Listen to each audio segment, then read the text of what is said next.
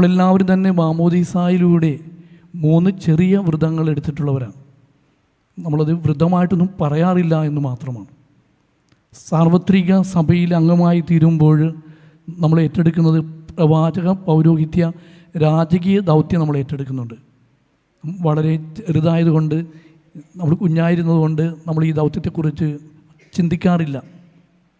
പക്ഷേ നമ്മൾ അറിഞ്ഞുകൊണ്ട് ദൈവത്തെ സ്നേഹിക്കുവാനും ക്രിസ്തുവിൻ്റെ പിന്നാലെ നടക്കുവാനും തുടങ്ങുമ്പോഴാണ് നമ്മൾ വ്രതങ്ങളൊക്കെ എടുക്കുക. ഇന്ന് 3 വ്രതങ്ങൾ എടുക്കുന്നത്: ബ്രഹ്മചര്യം, ദാരിദ്ര്യം, അനുസരണം. ഈ 3 വ്രതങ്ങളും ഏറ്റെടുക്കുമ്പോൾ പ്രത്യേകമായിട്ട് ഈ സഹോദരന്മാരും ഈ വ്രതം സ്വീകരിച്ചവരെല്ലാവരും പറയുന്നത് പരിശുദ്ധ അമ്മ പറഞ്ഞതുപോലെ, ഞാനിതാ തയ്യാറാണ്, ഞാൻ ദൈവത്തിൻ്റേതാണ്, ഞാൻ ദാസനാണ്, ദാസിയാണെന്നുള്ളതാണ്. ഞാനിതാ തയ്യാറാണെന്ന് പറഞ്ഞാൽ ദൈവത്തിന് ഇഷ്ടം നിറവേറ്റുവാനായിട്ട് ഞാനിതാ തയ്യാറാണ്. ഞാൻ വിളിക്കപ്പെട്ടവനാണ്. I am called. Therefore I have to obey. I have to be with him. I have to obey his will.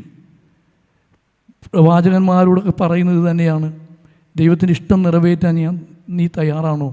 ഞാനിതാ തയ്യാറാണ്, എന്നെ അയക്കുക. ഞാൻ ദൈവത്തിൻ്റേതാണ് എന്ന് പറഞ്ഞുകൊണ്ട് എന്നെ തന്നെ സമർപ്പിക്കുകയാണ് ബ്രഹ്മചര്യത്തിലൂടെ. ഈ ലോകത്തിലുള്ള ഒന്നിനെയും തന്നെ അതിലൊന്നും ഞാൻ ആകർഷിക്കപ്പെടുകയില്ല. ഞാൻ ദാസനാണ്, ദാസിയാണ്. എൻ്റെ ദാരിദ്ര്യവിധം കൊണ്ട്, ആ ദൗത്യം കൊണ്ട് ഞാൻ പറയുന്നത് ഇത് തന്നെയാണ്. ദൈവമേ, അങ്ങ് നൽകിയതല്ലാതെ ഒന്നും തന്നെ എനിക്കില്ല.